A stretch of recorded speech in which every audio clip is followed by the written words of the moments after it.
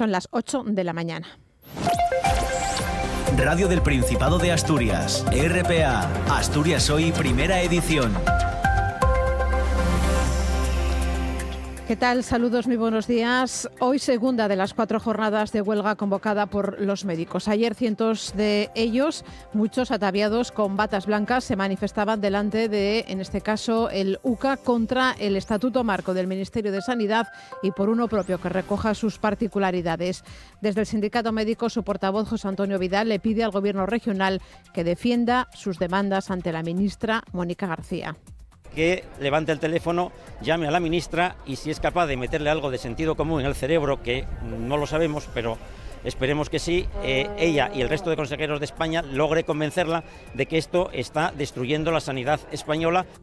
La ministra Mónica García muestra máximo respeto por la huelga de médicos y vuelve a tender la mano, pero no se plantea retirar ese nuevo estatuto de sanidad porque dice sería peor empezar de cero. Que son las que tienen la gestión de las retribuciones, la gestión de las condiciones laborales, la gestión de las plantillas, la gestión de los recursos. Los afectados, como siempre, los pacientes, unos fueron atendidos, otros no, todo dependiendo del centro hospitalario de referencia. Llevo 11 meses esperando la visita de traumatología. Hoy he venido a la visita y me dicen que no. Tenía cita ya desde hace 3 meses y nada, que como está la huelga, pues que ya me mandaran otra carta. Y dicen que bueno, que lo siente mucho, que ya nos mandaron una cita nueva de otros 7 o 8 meses. Lo que tenía que operarse, están operando. Otro apunte sanitario, Salud amplía una semana más la campaña de vacunación contra la gripe en horario de tarde y sin cita previa.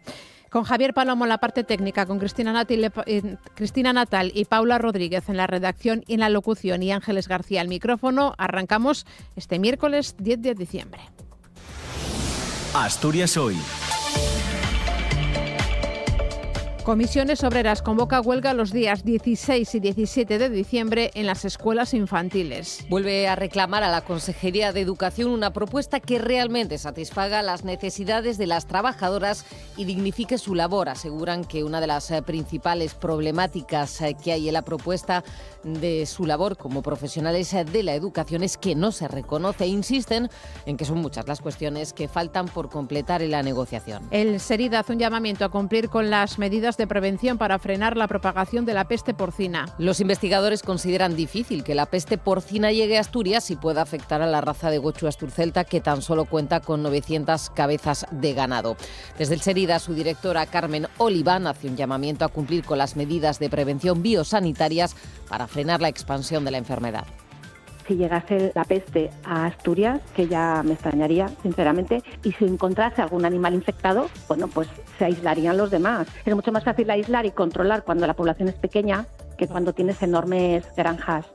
La ruta del Cares, otra vez cerrada. Por un desprendimiento de rocas en la vertiente leonesa que ha obligado este martes, ayer, a cerrar de nuevo la ruta del Cares en Picos de Europa. Según los primeros datos, la caída de varias rocas ha provocado ese derrumbe prácticamente por completo en la superficie del camino en ese punto entre Caín y el Puente de los Rebecos. El tráfico.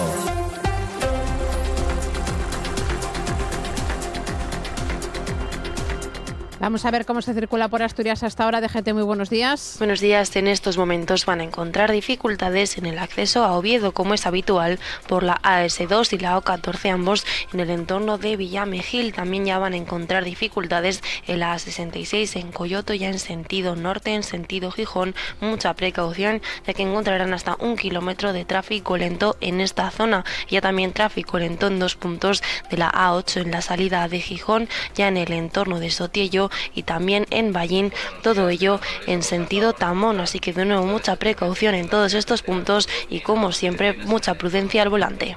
Gracias, DGT, tomamos nota. Vamos a ver cómo se circula a esta hora por Oviedo. Policía local, muy buenos días.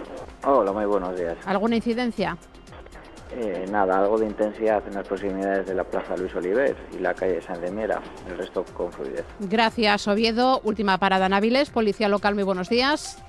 Buenos días. ¿Cómo se circula por la ciudad? Circulación escasa en estos momentos y sin incidencias. Pues gracias, Áviles. Hasta aquí la información del tráfico. El tiempo. Previsión que nos acerca David Arango. ¿Qué tal? Muy buenos días. Hola Ángeles, muy buenos días. Hoy tenemos por delante una jornada diferente a la de ayer. Ayer fue un día de cambios, tiempo muy distinto el de la mañana al de la tarde. Hoy esperamos que poco a poco la estabilidad vaya llegando a Asturias. A esta hora de la mañana todavía quedan algunas gotas hacia el oriente de Asturias.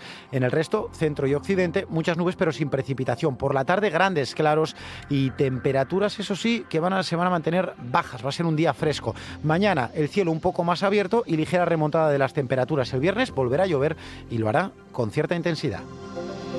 Asturias al día.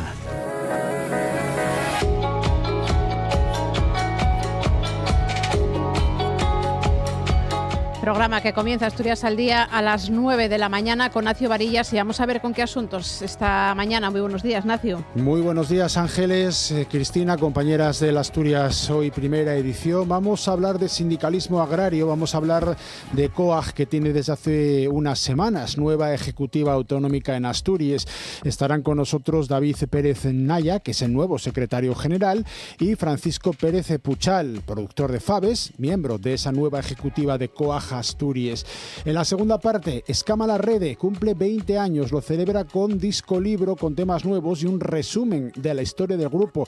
Nuestro compañero de Tiempo Añadido, de Deportes en RPA, Miguel Fernandi Burilo, cantante de Escama la Rede, estará con nosotros. Y la tercera parte del programa de hoy estará dedicada a les xornaes de la música tradicional asturiana, escuelas de música tradicional y retos de la cultura asturiana de la gaita.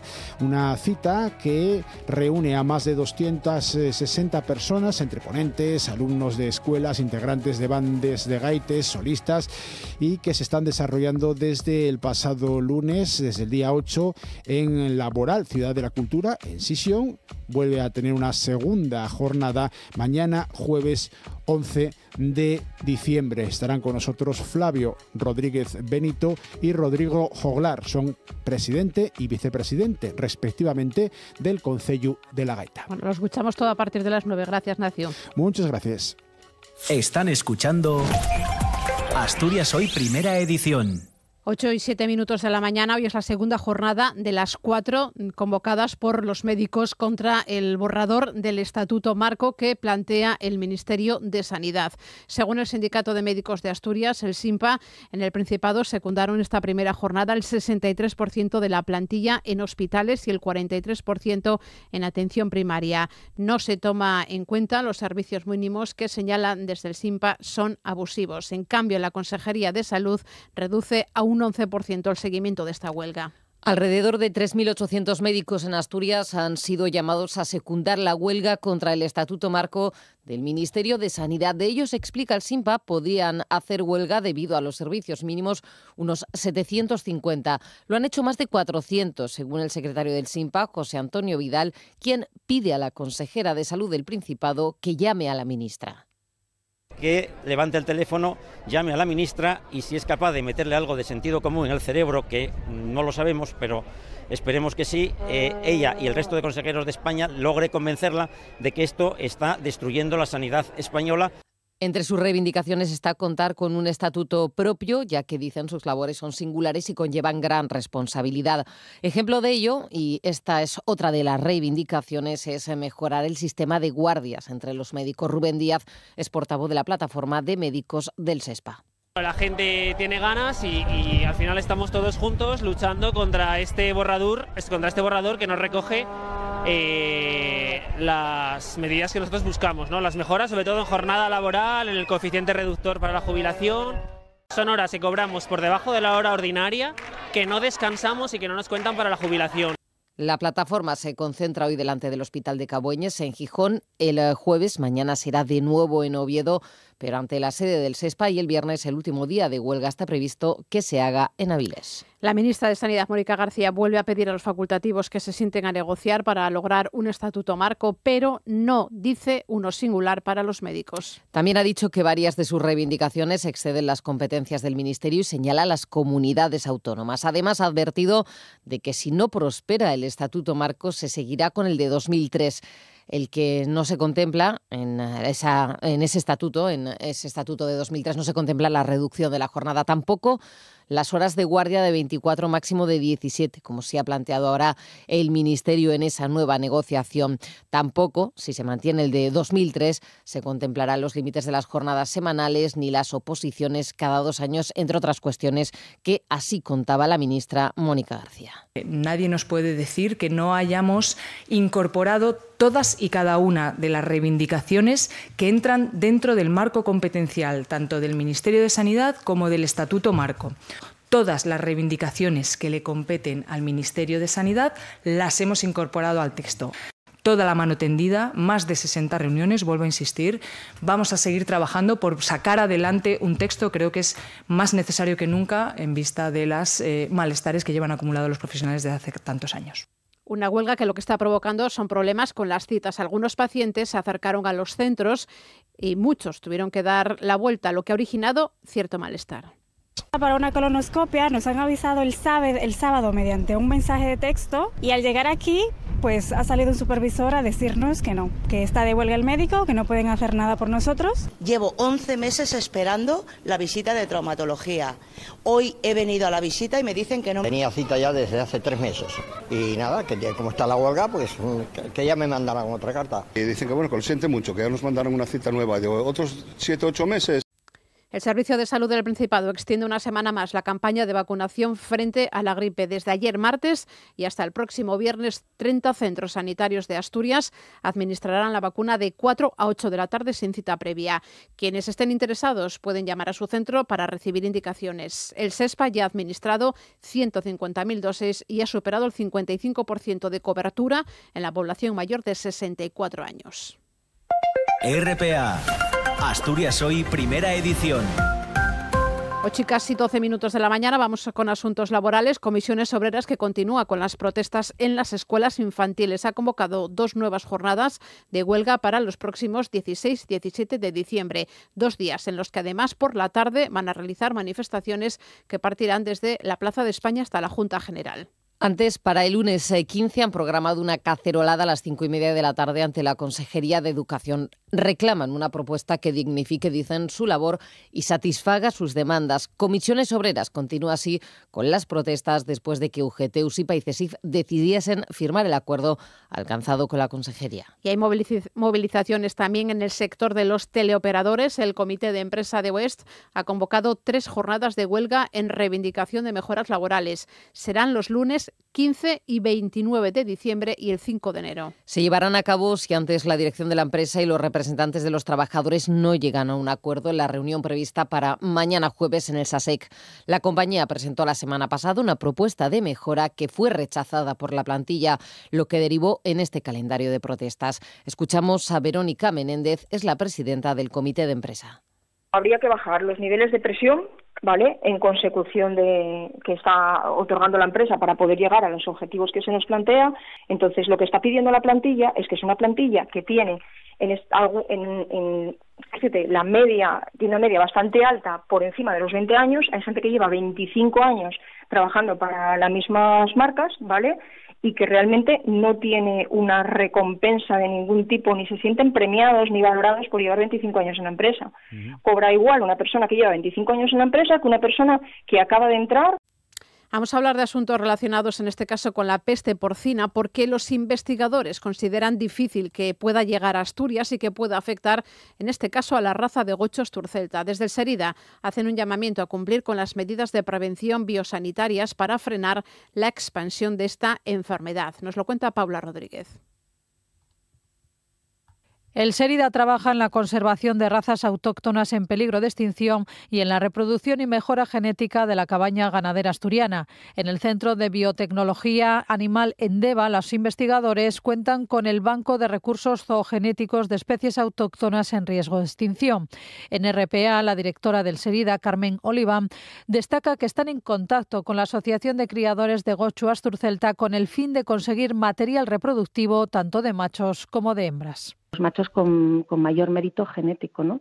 Pues con la intención eso de guardar material para el futuro. Lo que pasa que, claro, para conservar una raza que desapareciera del todo, que bueno, a eso no se va a llegar, estoy segura, pero bueno, llegado esa circunstancia, de una crisis sanitaria pues mucho más grave de la que tenemos ahora mismo en perspectiva, haría falta material genético masculino y femenino, o material reproductivo. Y entonces ahí es donde, bueno, pues estamos trabajando con la asociación para ver qué opciones hay para dar ese paso adelante, ¿no? La directora del SERIDA explica que la reproducción de una especie autóctona como es el gocho astur celta es compleja y conseguir su reproducción en laboratorio requiere abrir una línea de investigación que llevaría tiempo. A pesar de que existe preocupación en el sector por los estragos que pueda causar la peste porcina si se dieran casos en Asturias, Carmen Oliván considera improbable que la peste porcina pueda llegar a amenazar la supervivencia de esta raza autóctona y hace un llamamiento a cumplir con las medidas de prevención para frenar la expansión de la enfermedad. Si llegase la peste a Asturias, que ya me extrañaría, sinceramente, y si encontrase algún animal infectado, bueno, pues se aislarían los demás. Es mucho más fácil aislar y controlar cuando la población es pequeña que cuando tienes enormes granjas, ¿no? Claro, nadie sabe lo que va a pasar en el futuro, pero de todas formas, bueno, si el riesgo aumenta, seguro que además las competencias en este tema lo tiene la Consejería de Medio Rural, cuyos expertos están en comunicación también con las asociaciones, ya les han dado indicaciones de las medidas preventivas para un riesgo biosanitario, con lo cual lo que tiene que hacer todo el mundo es cumplir las medidas preventivas, mantener la calma porque el riesgo no es tan inminente ni está cercano ni siquiera. Asturias cuenta con tan solo 900 cabezas de gocho astur celta. Nos quedamos en el campo porque en este caso Partido Popular y Vox son especialmente críticos con los presupuestos de medio rural. Ambas formaciones cuestionan el grado de ejecución de las cuentas y la gestión de sanidad animal y la fauna salvaje. Creen que la vacunación en enfermedades de declaración obligatoria no llegará a 1.005 de la cabaña ganadera. La Consejería de Medio Rural y Política Agraria contará en 2026 con 272,6 millones de euros de presupuesto. Son 9 más que en este ejercicio que se va acabando, lo que supone un 3,5% de crecimiento. Reducir el riesgo de fuegos forestales es precisamente una de las prioridades de estas cuentas. El objetivo es avanzar hacia un modelo de territorio más resistente frente a los incendios y más ordenado desde el punto de vista de sus usos agrarios y forestales. El consejero marcelino Marcos Líndez ha defendido la gestión de su departamento, mientras que el diputado del PP, Luis Venta, ha cuestionado el grado de ejecución de los presupuestos de este año. El volumen de inejecución estimado para este ejercicio asciende a 537 millones de euros. ¿Qué pasa? ¿Usted no está en eso? ¿O usted está ajeno a esto? ¿Cuánto le corresponden a su consejería? ¿Cuánto de mentira hay en estos presupuestos? Usted si me pregunta, oiga, usted cuando presenta un presupuesto, ¿cuál es su objetivo? Digo, llegar al 100%. Llegar al 100%. Usted sí que me pregunta, oiga, ¿cuál es el grado de inejecución? Oiga, el 0%. Otro de los puntos de desencuentro ha sido la vacunación en enfermedades de declaración obligatoria. Para la portavoz de Vox, Carolina López, las partidas destinadas a tal efecto no son suficientes. Se podría vacunar en torno a un 10%. Esto no es un refuerzo de la sanidad agraria, no es una vacuna preventiva como ustedes prometieron y que iba a ser aquí Asturias pionera en algo. Volvieron ustedes a caer pues en lo mismo.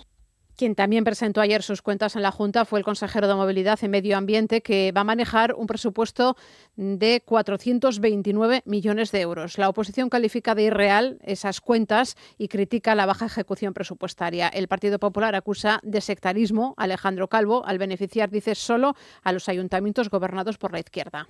El consejero ha indicado que se trata de unos presupuestos orientados a la seguridad de las personas, la cohesión territorial, la digitalización de los servicios públicos, la modernización de las infraestructuras y la gestión sostenible del territorio y recursos naturales. También ha apuntado a que a 30 de noviembre la Consejería presenta un 88,5% de grado de ejecución del gasto dispuesto, lo que supone un desembolso de más de 332 millones de euros. Esto demostraría, según ha dicho Calvo, que se está desarrollando una ejecución ágil y sólida. A fecha de 30 de noviembre, la Consejería presenta un grado de ejecución del 88,05% del gasto dispuesto. En su comparecencia, el consejero de Movilidad instó a los ayuntamientos a ser corresponsables, a presentar y financiar la parte que les toque de sus proyectos antes de pedir más dinero al Principado. Desde la oposición, la diputada del PP de Asturias, Cristina Vega, y el diputado de Vox, Gonzalo Centeno, consideran que el gobierno asturiano hace un reparto sectario de partidas según el color político de los ayuntamientos. Felicitamos continuamente también lo mismo, pero la realidad es que no se ejecuta. En lo que se refiere al capítulo de inversiones, se queda en el 57,24. También ha sido crítico el diputado de Foro, Adrián Pumares, a cuenta con el transporte público en Gijón. Y usted sí que es un negacionista, pero usted es un negacionista de la realidad. Un negacionista de la realidad y además, por cierto, un demagogo que ignora que el Ayuntamiento de Gijón aporta más de 16 millones de euros cada año para subvencionar el déficit de la empresa de transporte municipal. Hoy, a partir de las 8:30 de la mañana, la Junta General acoge las comparecencias de expertos e interesados para exponer su opinión sobre ese proyecto de presupuestos autonómicos para el año que viene, y entre ellos van a comparecer responsables de distintas organizaciones sindicales y empresariales. También expondrá hoy sus cuentas la consejera de Cultura, Política, Lingüística y Deporte, Vanessa Gutiérrez, que va a gestionar un presupuesto de 63 millones de euros. Otra apunte, en este caso del presupuesto, pero de la Universidad de Oviedo. Ayer aprobaba esas cuentas para el 2026, que asciende a 271 millones de euros. Son 17 millones más que en este año. El 77% de la financiación proviene del Principado, que garantiza la cobertura total de las nóminas. Ángela Bordalo. El Principado aporta 209 millones de euros, de los que 187 garantizan el pago de las nóminas en 2026. Hay consignados casi 4 millones de euros para la exención de matrícula y 2,3 para los complementos retributivos del Principado, según el acuerdo alcanzado con los representantes sindicales del personal docente investigador. La segunda partida en importancia tiene que ver con el impulso de la actividad investigadora, que alcanza los 36 millones de euros, 5 más que en este ejercicio. En infraestructuras, que contará con cerca de 22 millones, se consignan fondos para la adecuación y el traslado del edificio de la calle Independencia, el de la Escuela de Minas, el acondicionamiento de la Facultad de Medicina y varias mejoras en el campus de Gijón, entre otras intervenciones. Este es un presupuesto que consolida nuestra estabilidad institucional, que además permite profundizar en esas líneas prioritarias estratégicas de nuestro equipo de gobierno, que es investigación, calidad docente, fortalecimiento de los campus y los centros. El Consejo de Gobierno de la Universidad Pública Asturiana también ha aprobado el nuevo modelo de financiación de centros y departamentos. Refuerza la financiación ligada a prácticas, laboratorios, desdobles docentes y necesidades específicas de cada rama del conocimiento, y hemos tratado de tener en cuenta las singularidades. Se introducen criterios para que todas las unidades académicas dispongan de una financiación clara y estable para el desarrollo de su labor durante los próximos 4 años.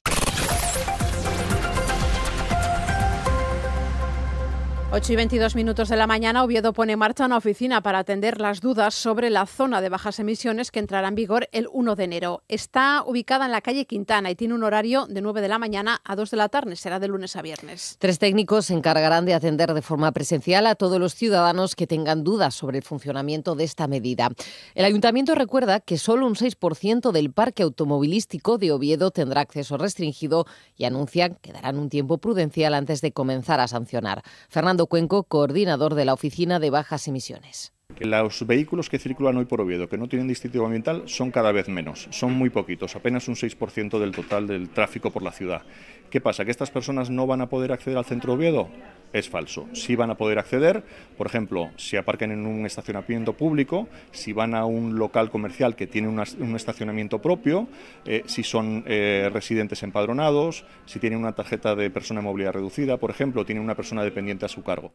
Además de esa zona de bajas emisiones, el nuevo plan de movilidad del Ayuntamiento plantea crear estacionamiento regulado en 3 áreas de Oviedo donde hasta ahora era gratis aparcar. Una de ellas abarca el oeste de Teatinos, Ventanielles, La Tenderina, Otero, Parque de Invierno, Oeste del Cristo y Vallovín. Aquí las líneas blancas pasarían a ser amarillas, es decir, pagando y con un máximo de 8 horas. El colectivo Ventanilles Vecinal prepara movilizaciones contra esta medida. La consideran un abuso para un área con pocos garajes en los edificios y una medida equivocada para reducir el tráfico o la contaminación. Quique Gallard es uno de los portavoces. Y hay muy pocos garajes, hay muy pocas opciones y Realmente esto sí implicaría, incluso con las medidas que ellos plantean, que son como de zona de baja rotación, que pagas 3 euros al día y todo esto, incluso con esas condiciones significa que pues la gente va a tener una facturina todos los meses por cada coche que tenga. Comparten indignación los vecinos de la zona oeste de Pumarín y el este de Teatinos, Largañosa y El Cristo, que tendrán plazas azules de 2 horas máximo y rojas 1 hora máximo. Y también la tercera zona, donde habrá que pagar: el este de Pumarín, oeste de Argañosa y Ciudad Naranco. Aquí también serán zonas rojas y azules. Zulima Fernández es portavoz de la asociación Activa Ciudad Naranco. Están abocados a pagar o a alquilar plazas o, si quieren estacionar en la calle, pagar. Entonces solicitamos unas alegaciones para que se considere la opción de una tarjeta residente. La Unión de Comerciantes del Principado lanza una nueva campaña de sensibilización en medios digitales y mobiliario urbano de Gijón y de Oviedo. Lo que busca es poner en valor el papel del comercio local en la vida de las ciudades e incentivar las compras en el comercio local. Lo cuenta Paula Rodríguez. La Unión de Comerciantes del Principado quiere que las compras navideñas se realicen en las tiendas de las ciudades frente a las grandes superficies. La campaña trata de visibilizar la importancia del comercio local como elemento dinamizador de Asturias. En RPA lo ha explicado Fernando Clavijo, gerente de la Unión de Comerciantes. La campaña la sacamos principalmente para poner en valor el papel del comercio de proximidad en toda Asturias.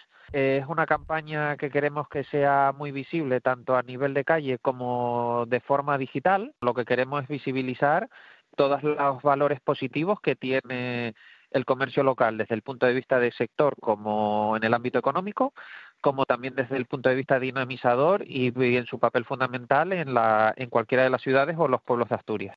Recuerda que los comercios y las tiendas ofrecen numerosas ventajas frente a otros modelos de negocio.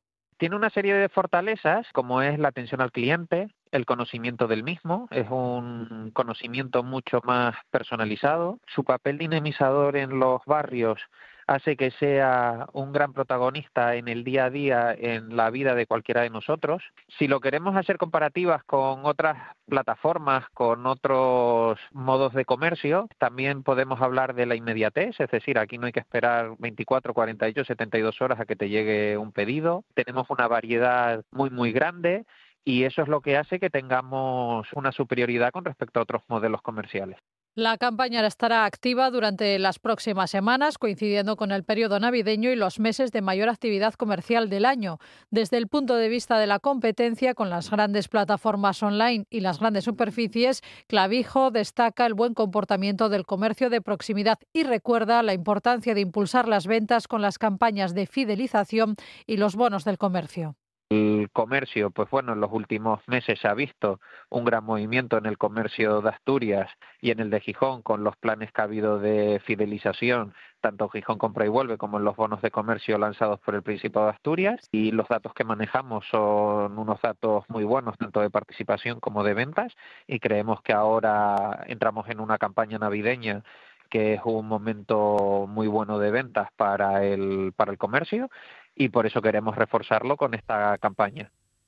Y otra cosa que también les contamos es que la ruta del Cares vuelve a estar cerrada otra vez, ahora a causa de un desprendimiento de rocas en la vertiente leonesa en la zona entre Caín y el Puente de los Rebecos. El derrumbe ha sepultado por completo el camino. La ruta llevaba abierta apenas una semana después de reparar las consecuencias de un argallo en la vertiente asturiana el domingo 30 de noviembre. Antes, a mediados de agosto, también estuvo cerrada por el temor a posibles desprendimientos por un incendio forestal. RPA, Asturias Hoy, primera edición. Familia, amigos, despedían este martes a Jorge Martínez en el tanatorio Ciudad de Oviedo. El vocalista, guitarrista y líder de la banda Ilegales fallecía a los 70 años en el Hospital Universitario Central de Asturias, donde ya llevaba unas semanas ingresado por un cáncer de páncreas que el pasado septiembre le obligó a cancelar todos sus conciertos.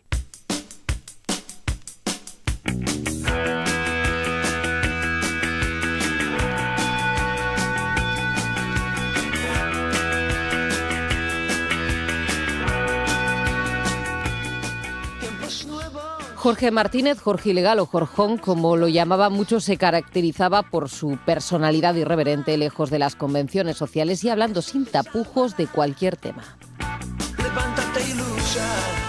Nacido en Avilés en 1955, Jorge formó varias bandas hasta que en 1982 fundó Ilegales, el grupo con el que publicó más de una decena de discos y le llevó de gira por todo el mundo.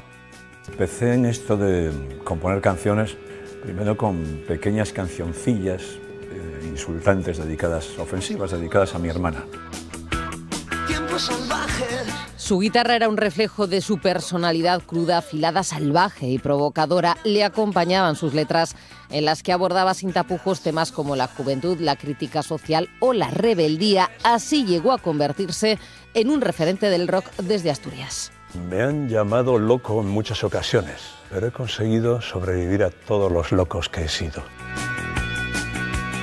Tiempos nuevos, tiempos salvajes. Soy un macarra, el norte está lleno de frío o agotados de esperar el fin. Son algunos de los temas de Ilegales que forman parte de la historia de la música española. Carlos Vázquez, periodista y autor del libro Conversaciones Ilegales. Esa imagen que tenía la leyenda, el stick de hockey, su actitud tan violenta, entre comillas, luego rascabas un poco y te encontrabas un tipo tremendamente humano. En marzo publicaba su última obra titulada Joven y Arrogante. En septiembre tuvo que cancelar los conciertos y anunció que padecía cáncer. Así termina su vida entre las hormigas, que no hacía ni bien ni mal. No soy demasiado supersticioso. De hecho, no creo en los ángeles, nadie vuela, ¿eh? Pero, hombre, si tuviese que poner un epitafio en mi tumba, pues pondría cosas como regresaré. Quien también ha muerto ha sido Rob Iniesta. Es el que fuera fundador de Extremoduro y referente del rock español a los 63 años. Si no fuera porque hay fe colocado, el camino de tu espera me habría desconectado. Su familia y su equipo han comunicado la nota más triste de sus vidas, despidiendo al último gran filósofo, humanista y literato contemporáneo de habla hispana. Nacido en Plasencia, Cáceres, en 1962, Robe tuvo que dejar los escenarios hace un año por problemas de salud. Desde joven mostró pasión por la música y la poesía, influencias que moldearon su estilo único de rock, caracterizado por guitarras potentes y letras intensas que combinaban rebeldía, emoción y vida cotidiana. Una racha de viento nos visitó, el árbol ni una rama se le agitó. Fundó Extremoduro en 1987 y a lo largo de su carrera Robert destacó como uno de los letristas más influyentes del panorama español, capaz de transformar experiencias personales y conflictos existenciales en poesía directa y visceral. En sus más de 30 años de carrera dejó 11 álbumes de estudios. Sus letras y su voz rotas siempre quedarán en la memoria de toda una generación que creció con canciones como La vereda de la puerta de atrás, Salir, Ama, ama, ama y ensancha el alma, So payaso, Jesucristo García o Este si te vas. Ojalá que empezara de cero y poderle decir que he pasado la vida sin saber que la espero, ¿no? Tras décadas al frente de la emblemática banda extremeña, inició su carrera en solitario explorando nuevos sonidos y estilos, sin perder la intensidad lírica que lo define y dejando un legado que perdura en el imaginario colectivo.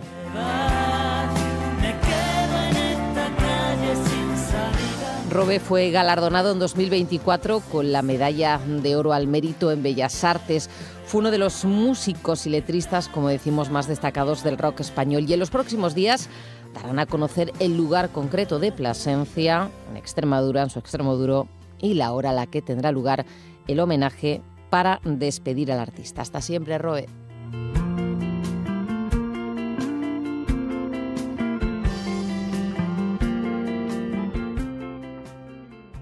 Están escuchando Asturias Hoy, primera edición.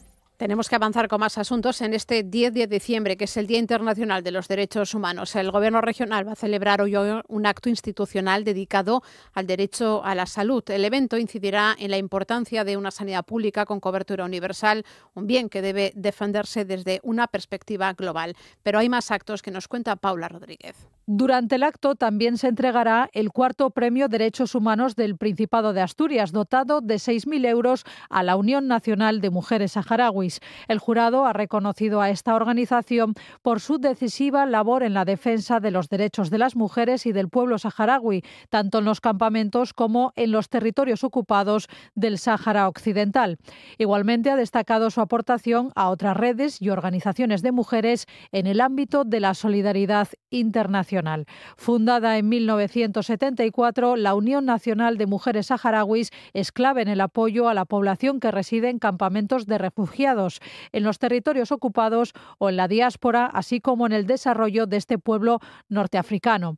Tiene una función esencial en la lucha por la igualdad de género y la emancipación de las mujeres, al tiempo que contribuye activamente al movimiento de autodeterminación y lucha por la independencia del Sáhara. Su influencia abarca también diferentes contextos y su trabajo es un modelo de resiliencia y compromiso en la búsqueda de un territorio libre y soberano.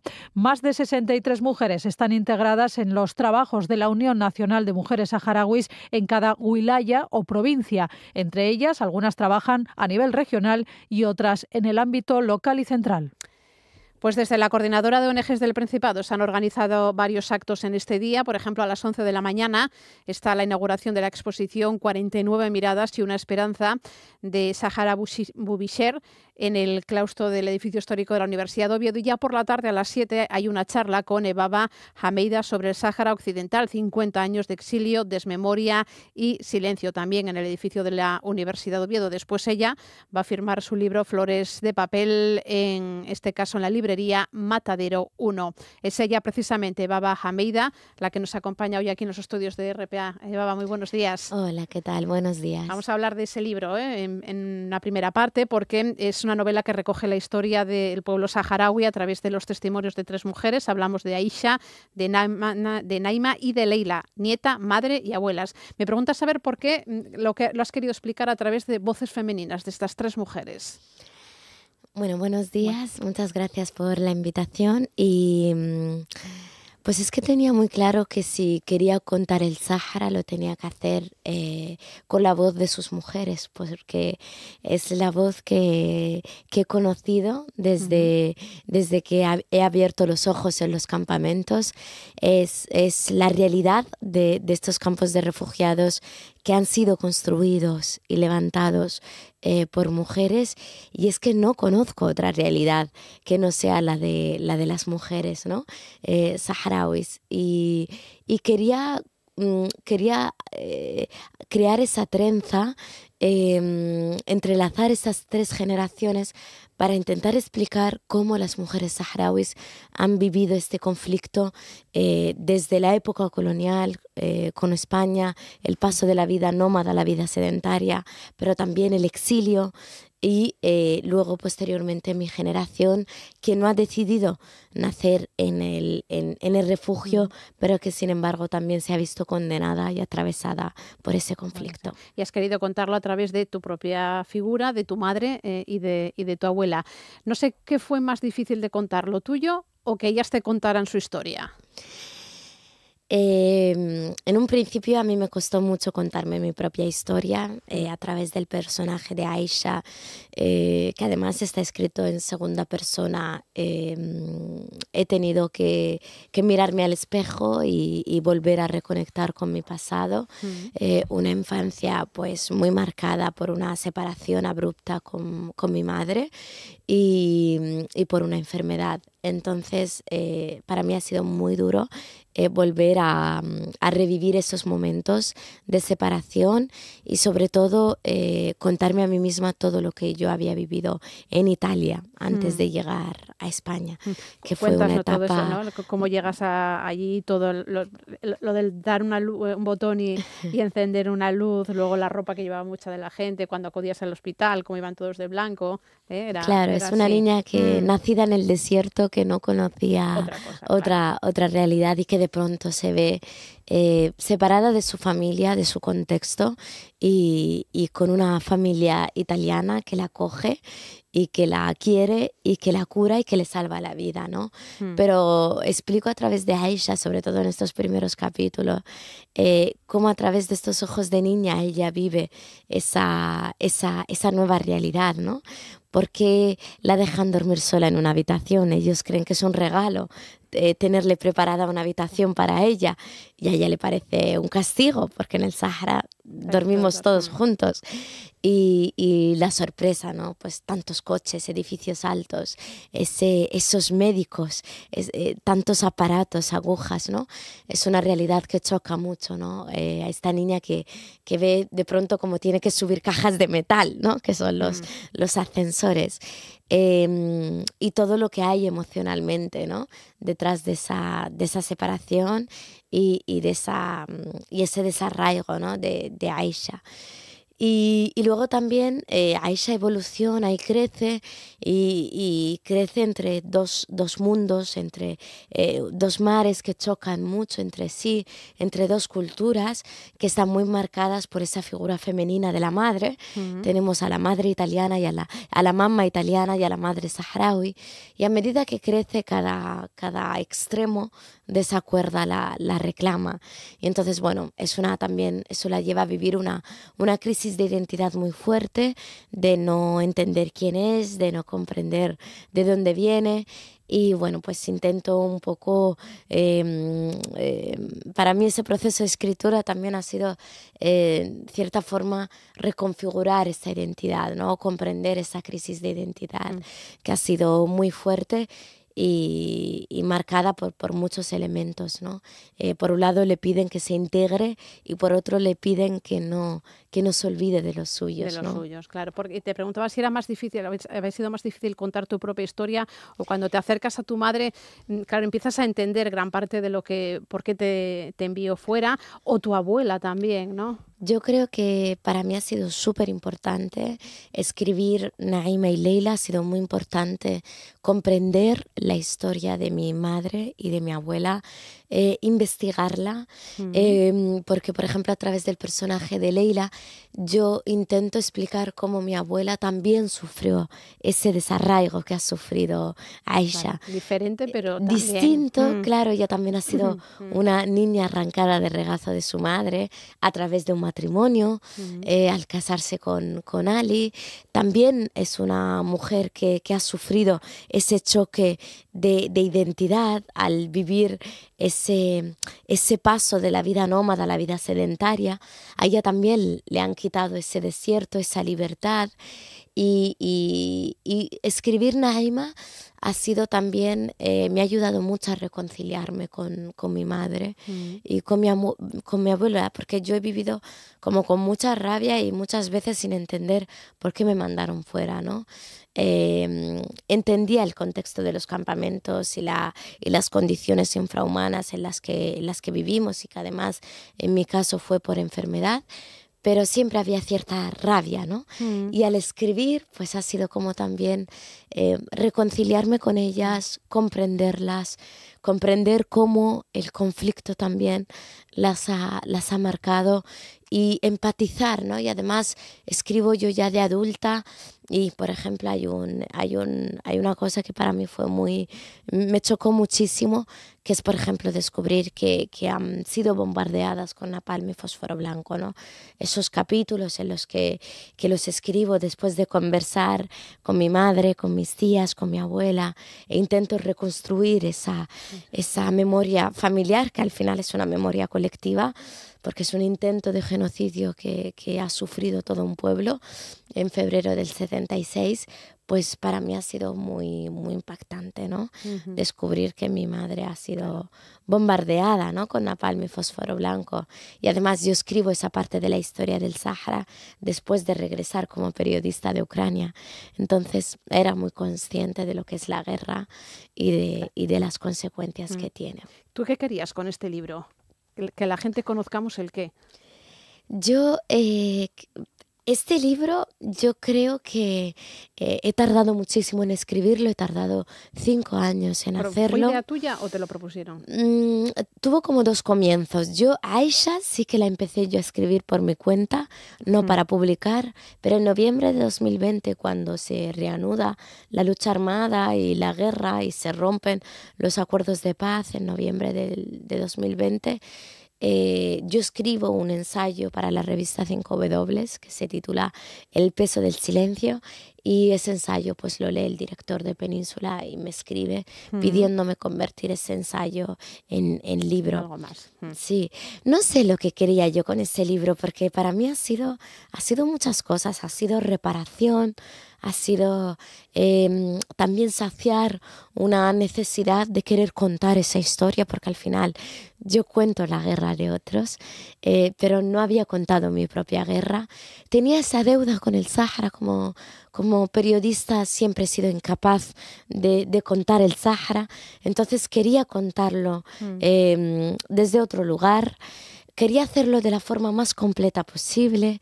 Y por supuesto, pues que también quiero aportar mi granito de arena, ¿no?, a ese gran peso del desierto que silencia, que asfixia y que ha condenado a todo un pueblo a medio siglo al olvido, ¿no?, y a la desmemoria. Un pueblo que vive todavía en esa situación. Sí, porque el pueblo saharaui sigue allí. Los saharauis seguimos siendo los palestinos de España y seguimos viviendo en unas condiciones muy marcadas por esa falta de descolonización, por esa descolonización incompleta que se llevó a cabo en el 75 con el abandono de España del territorio y con la ocupación de Marruecos y en principio también con Mauritania. Esa guerra que duró hasta el 91, desde el 91 esperando una solución pacífica. En 2020 se reanuda ese conflicto y bueno, los saharauis pues siguen viviendo en condiciones muy complejas en los territorios ocupados, ciudades militarizadas donde no puede acceder la prensa. Había ahora una compañera suya que me dijo que intentó entrar en las zonas ocupadas hace un tiempo y que les echaron. Claro, es un territorio ocupado al que no pueden acceder observadores internacionales y tampoco pueden acceder periodistas.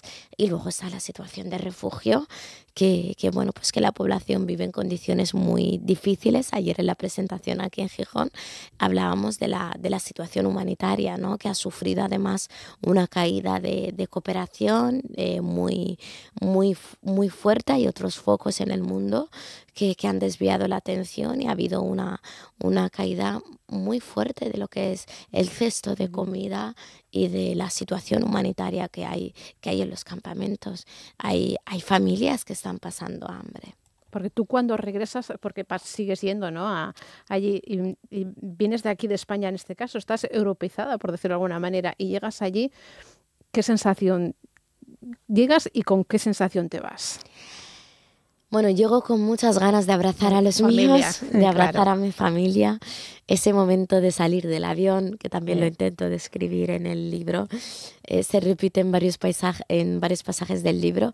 Es una sensación única, es como pisar el desierto, respirar ese aire cálido que choca, que es un choque, ¿no?, nada más bajar del avión, pero que luego es como una vuelta a casa. Es una casa que es un territorio construida en un territorio prestado, pero que bueno, pues que los que hemos nacido allí no conocemos otra cosa que ese desierto argelino.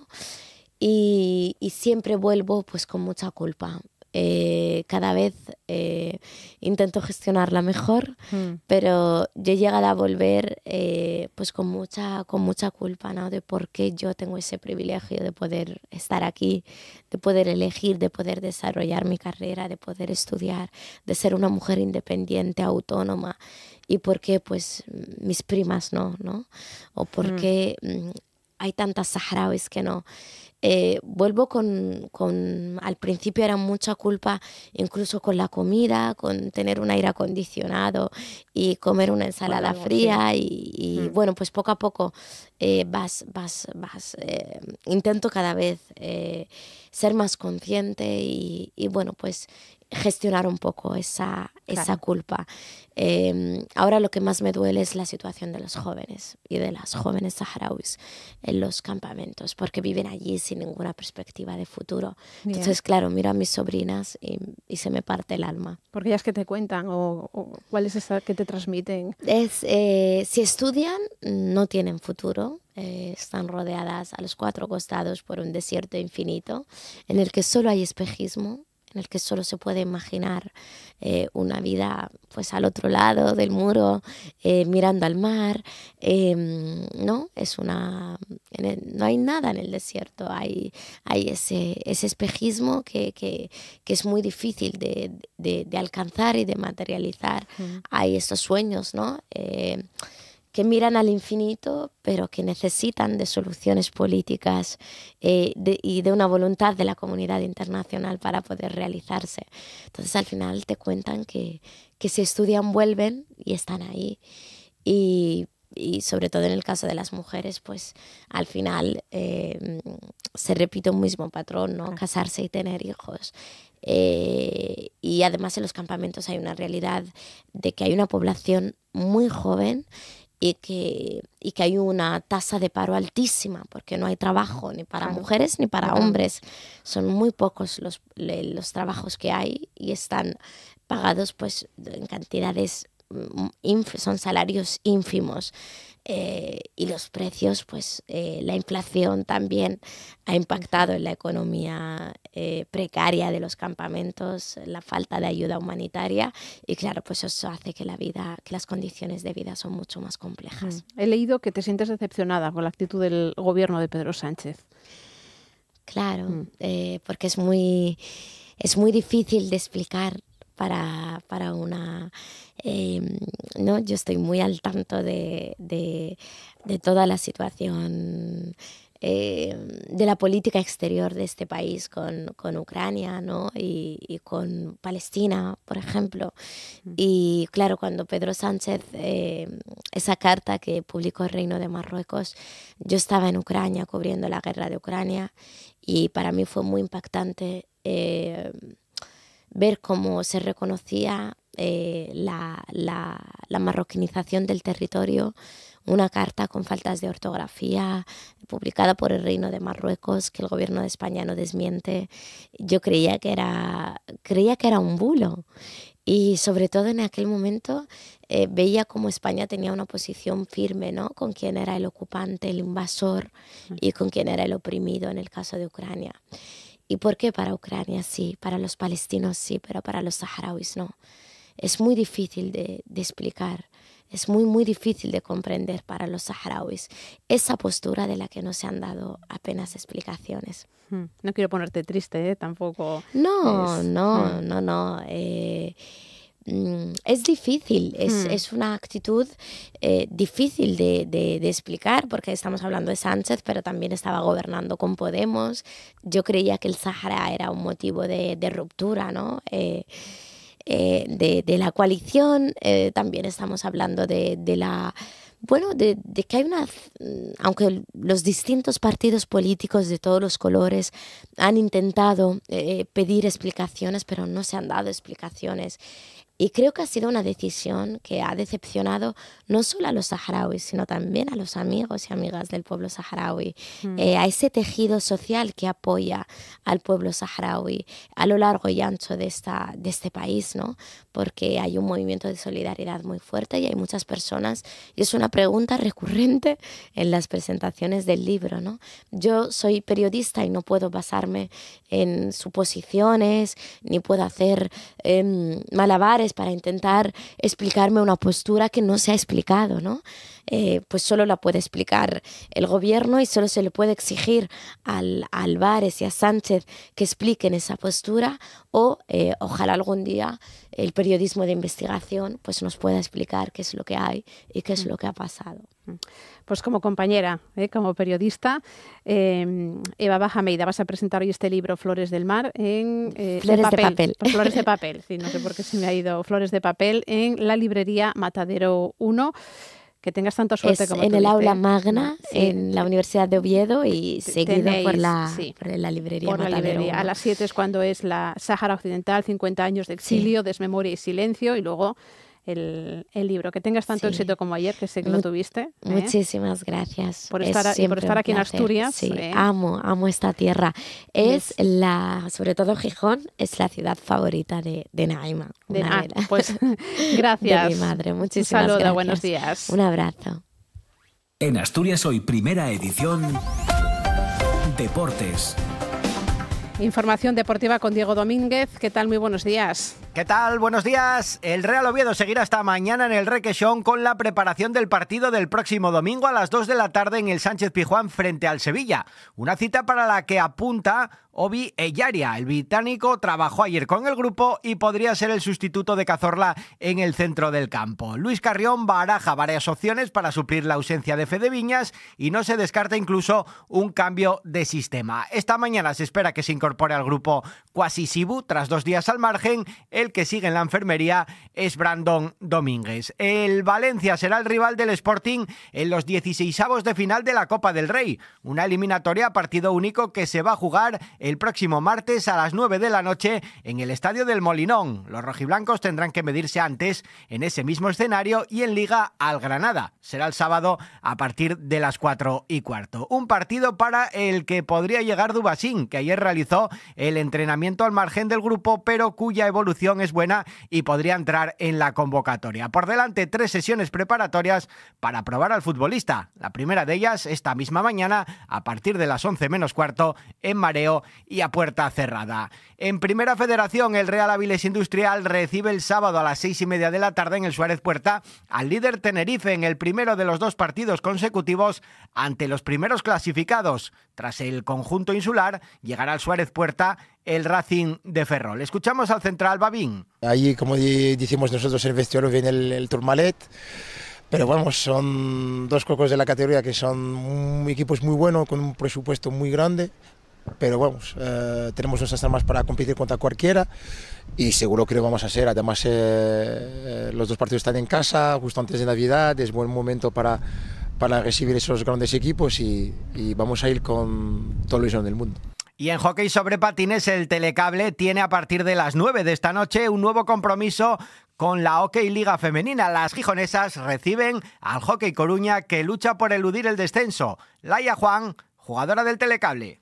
Si nosotras hacemos el partido que tenemos que hacer, no debemos tener ningún problema y vamos confiadas, estamos sacando buenos resultados y del último partido de Bembibre sacamos buenas sensaciones y vamos a por esta semana. Asturias Hoy, en clave económica. Hoy saludamos a Eloy Calzón de Renta 4 Gijón. Eloy, ¿qué tal? Muy buenos días. Hola, ¿qué tal? Muy buenos días. Bueno, todo hoy a la espera, ¿no?, de esa comparecencia ya por la tarde, hora española, del presidente de la FED, de Jerome Powell. No sé cómo se espera entonces que sea esta jornada de transición. ¿Se espera algo positivo? Pues efectivamente, bueno, jornada en espera, ¿no?, hasta ese dato oficial que conoceremos ya con los mercados europeos cerrados al filo de las 8 de la tarde y, como bien comentas, pues bueno, el tono en ligeras caídas tanto en el Eurostock como los principales indicadores europeos, en una jornada donde prácticamente pues tampoco tendremos ningún otro dato macro de referencia y donde, pues como ya bien es sabido, el mercado descuenta con una probabilidad cercana al 90%, no se ha anunciado recorte de 25 puntos básicos hasta fijarlos finalmente en el rango de 3,5-3,75%. Una comparecencia que nos espera hasta las 8 horas española, entonces entiendo que no será hasta mañana cuando veamos, ¿no?, aquí, al menos en la zona en Europa. Correcto, eso es, ¿no? Y habrá que estar también, pues bueno, especialmente atentos más que a ese recorte que, como digo, pues el mercado ya ha venido descontando en estas últimas semanas, sobre todo lo que será más importante, como casi siempre, será el discurso del propio Powell, ¿no?, donde veremos un poquito si se produce algún cambio, ¿no?, en esa hoja de ruta, donde el mercado, pues bueno, sigue apuntando, contando con que se produzca finalmente el de hoy a 3 recortes en este año 2025, ¿no?, más un recorte que se sumaría al próximo año y, como digo, pues bueno, ver un poquito también si esa fortaleza, ¿no?, del mercado laboral se sigue imponiendo, ¿no?, a los últimos datos conocidos también de inflación. ¿Y hasta entonces tenemos que estar pendientes de algo?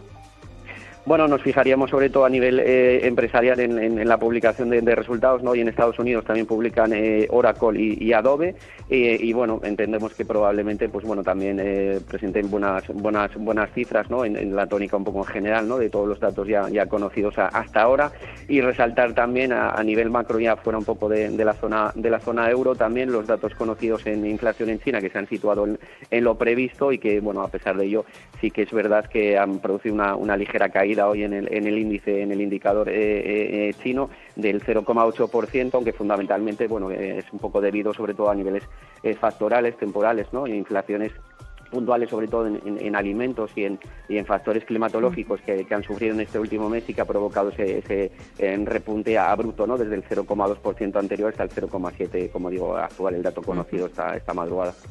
Pues gracias, Eloy, un saludo, buenos días. Muy bien, un placer, igualmente. Solo voy con mi pena. En este 10 de diciembre, Día de los Derechos Humanos, nos vamos con esta canción de Manu Chao, Clandestino, una canción que refleja lo que sufren las personas que se ven obligadas bien a dejar su hogar por la pobreza, los desastres naturales o por la guerra. Me dicen el clandestino. Así nos vamos, se quedan aquí en RPA con Asturias al Día o en TPA con el informativo matinal. Nada más, mañana a las 8 en punto volvemos a estar aquí. Mi vida la dejé entre Ceuta y Gibraltar. Soy una raya en el mar, fantasma en la ciudad.